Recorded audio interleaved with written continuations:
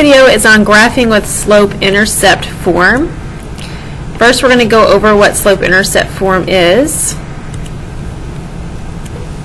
Slope-intercept form is y equals mx plus b. M represents slope. B represents the y-intercept. That's why it's called slope-intercept form, because we're using the slope and the y-intercept. Okay, the first thing we're going to go over is how we get the m and the b. Okay, we want to always put our equation in the formula y equals mx plus b. The nice thing about this equation, the 4x minus 3, is that we already have it in order. So basically, we're just going to match up what we have. So I have here the variable in front of x, the m is 4, and the b is the constant over here by itself. It's a -3. You have to include the sign. So it's a -3. Now, when we're graphing, b is our y-intercept. So on our y-axis, that's where it's going to cross the y-axis, and since it's -3, we know it's going to cross right here at this point. Now from there, we've got to graph slope. The m is slope. That we can do rise over run. If you have a whole number like 4, we need to turn it to a fraction, so we can say 4 is the same thing as 4 over 1. Any whole number, if you want to write it as a fraction, can be written as that number over 1. So what we're going to do from here is we're going to rise 4, run 1. So I'm going to rise 1, 2, 3, 4, run, we're always running forwards, 1. So rise 4, 1, 2, 3, 4, run 1, up 4 over 1. Now we can use the same pattern to go backwards, so back 1, down 4. And then we're just going to connect our points. So now we've graphed our line using slope-intercept form. Another example. Okay, we have 3x plus 2y equals 8. This is not in y equals mx plus b form. So the first thing we've got to do is solve this equation for y. So if I have 3x plus 2y equals 8. This is actually in standard form. So what I want to do to solve for y, I want to leave that for the very last, this term very last, so I need to subtract 3x first. So I've got 2y, and we have an x and a constant that you cannot combine because the 8 does not have an x. So I'm actually just going to put my x first. So -3x plus 8. And then to solve for y, I would need to divide everything by 2. So this is going to give me y equals, and I'm just going to leave this as a fraction, -3 over 2x. And 8 divided by 2 reduces to a +4. So now I have it in y equals mx plus b form.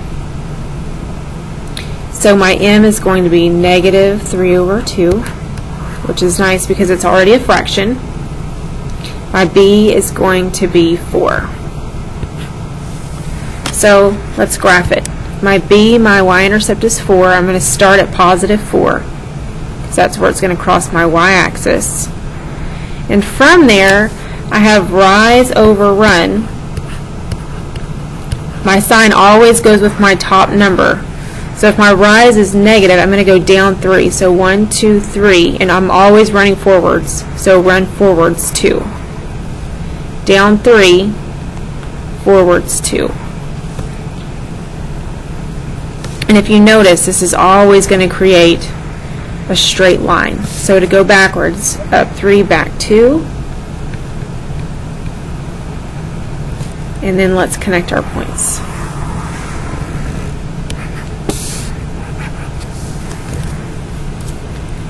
For a third example, Again, I have one that's set in standard form, so I need to solve it first. So, let me get the right color.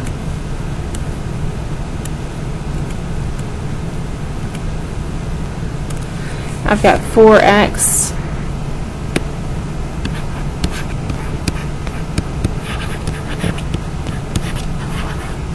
and this used the y last, so I need to subtract 4x. The 12 does not have an x, so I cannot combine the negative 4 and the 12, so I have 2y, negative 4x, plus 12, and then divide everything by 2. I'm going to write it over here. This is going to leave me with y equals negative 4 over 2 reduces to negative 2x. 12 over 2 reduces to positive 6. So now I have it in y equals mx plus b form. My m is negative 2. My b is positive 6. So I'm going to start at y-intercept of 6. And I need to turn this whole number to a fraction, so negative 2 over 1. Remember, the sign always goes with the top number. So my rise is negative 2. I'm going down 2, forwards 1.